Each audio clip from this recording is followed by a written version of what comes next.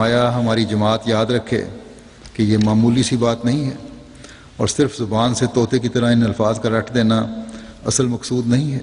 بلکہ یہ انسان کو انسان کامل بنانے کا ایک کارگر اور خطا نہ کرنے والا نسخہ ہے، جسے ہر وقت نصب العین رکھنا چاہیے اور تعویذ کی طرح مد نظر رہے۔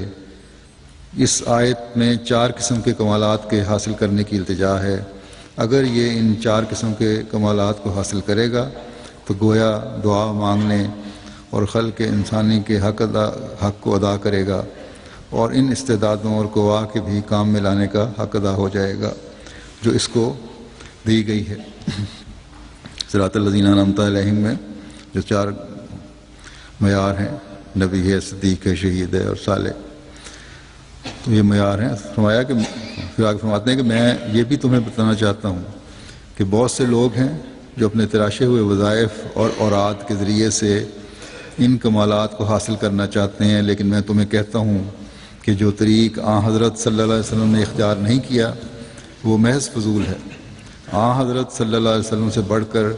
منعم علیہ کی راہ کا سچا تجربہ کار اور کون ہو سکتا ہے، جن پر نبوت کے بھی سارے کمالات ختم ہو گئے۔ آپ نے جو راہ اختیار کیا ہے وہ بہت ہی صحیح اور اقرب ہے۔ اس راہ کو چھوڑ کر اور ایجاد کرنا خواہ و بظاہر کتنا ہی خوش کرنے والا معلوم ہوتا ہو، میری رائے میں ہلاکت ہے، اور خدا تعالیٰ نے مجھ پر ایسا ہی ظاہر کیا ہے۔ غرض منعم علیہم لوگوں میں جو کمالات ہیں اور صراط الذین انعمت علیہم میں جن کی طرف اللہ تعالیٰ نے اشارہ فرمایا ہے، ان کو حاصل کرنا ہر انسان کا اصل مقصد ہے، اور ہماری جماعت کو خصوصیت سے اس طرف متوجہ ہونا چاہیے، کیونکہ اللہ تعالیٰ نے اس سلسلے کے قائم کرنے سے یہی چاہا ہے کہ وہ ایسی جماعت تیار کرے جیسی حضرت صلی اللہ علیہ وسلم نے تیار کی تھی، تاکہ اس آخری زمانے میں یہ جماعت قرآن شریف اور حضرت صلی اللہ علیہ وسلم کی سچائی اور عظمت پر بطور گواہ ٹھہرے۔ پھر آپ نے فرمایا کہ یقیناً جانو کہ اللہ تعالیٰ اس وقت تک راضی نہیں ہوگا، اور نہ کوئی شخص اس تک پہنچ سکتا ہے جب تک صراط مستقیم پر نہ چلے۔ وہ اسی وقت ہو سکتا ہے جب اللہ تعالیٰ کی ذات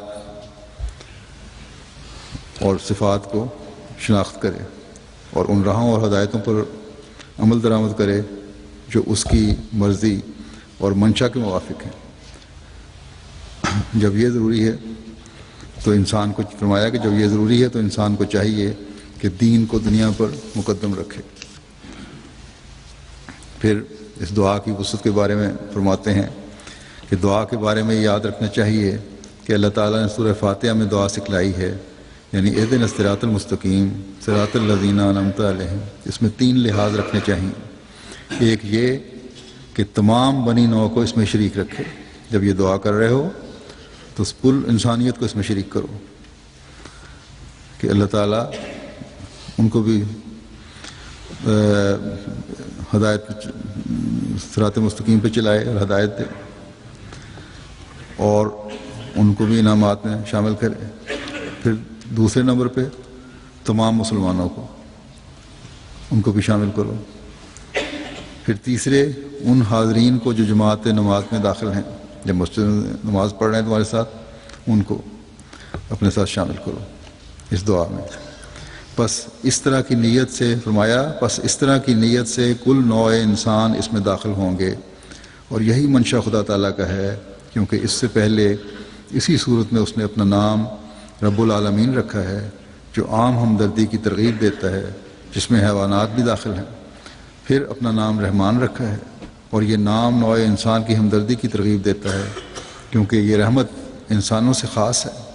اور پھر اپنا نام رحیم رکھا ہے، اور یہ نام مومنوں کی ہمدردی کی ترغیب دیتا ہے، کیونکہ رحیم کا لفظ مومنوں سے خاص ہے۔ اور پھر اپنا نام مالک یوم دین رکھا ہے،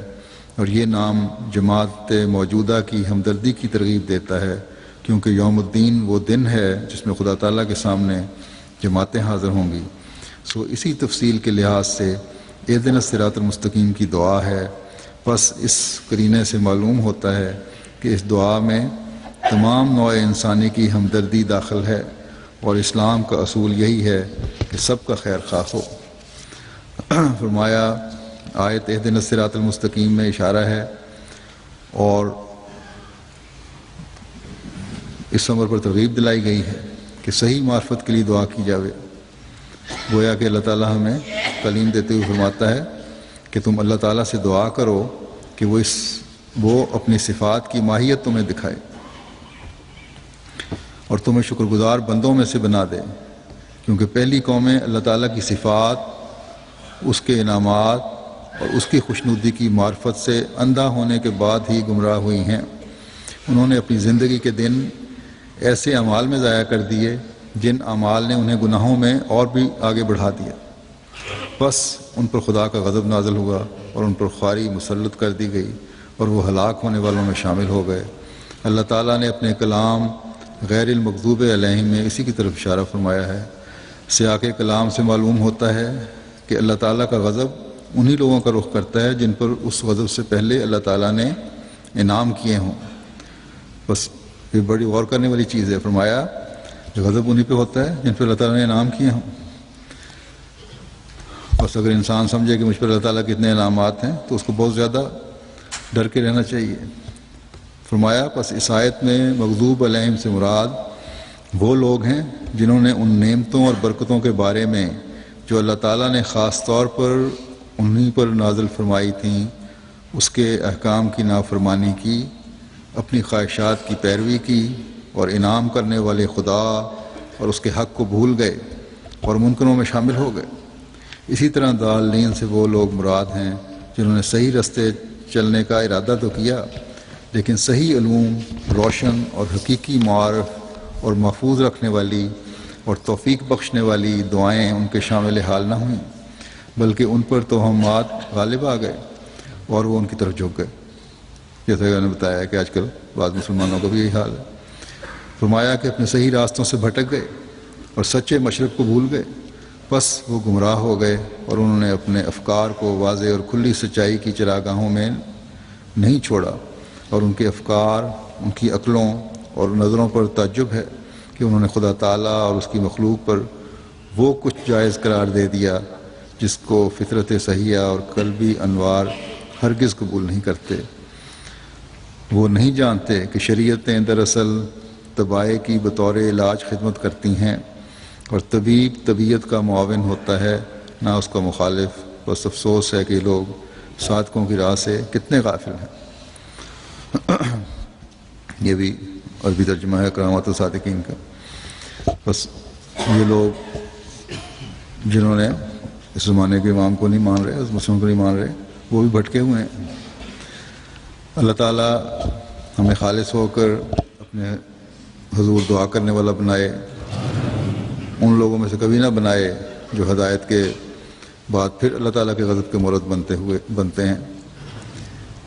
گمراہ ہو کر اپنی دنیا و آخرت برباد کرتے ہیں۔ اللہ تعالیٰ ہمیں اپنی صحیح معرفت عطا فرمائے اور ہمیشہ اہدنا الصراط المستقیم پر چلتا رکھے۔ اس رمضان کو ہمارے لیے اپنی جاری فضلوں اور ہدایت میں ترقی کرنے کا ذریعہ بنائے، اور ہمیشہ ہم اس کے آگے جھکنے والے رہیں۔